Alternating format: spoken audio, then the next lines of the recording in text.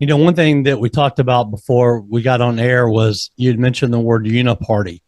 And I've said that for probably the last few years that I think, DC has become, pretty much one big uniparty, the Democrats, Republicans, and whoever. And why do you think it's become that way?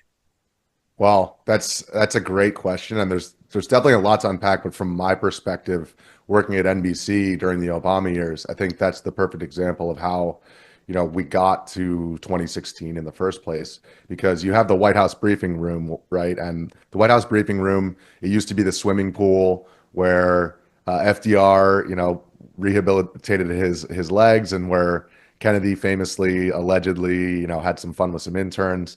They covered up that pool and turned it into this briefing room. It's this little room.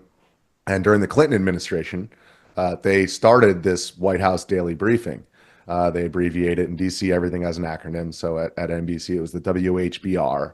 But that's this daily briefing where all the reporters gather in there from the White House press corps, from all the major press outlets, and they have the opportunity to ask the White House press secretary questions. Now, if you want to get a question inside of that briefing room and you want your career, you want to move up the ladder, you need to ask the right questions.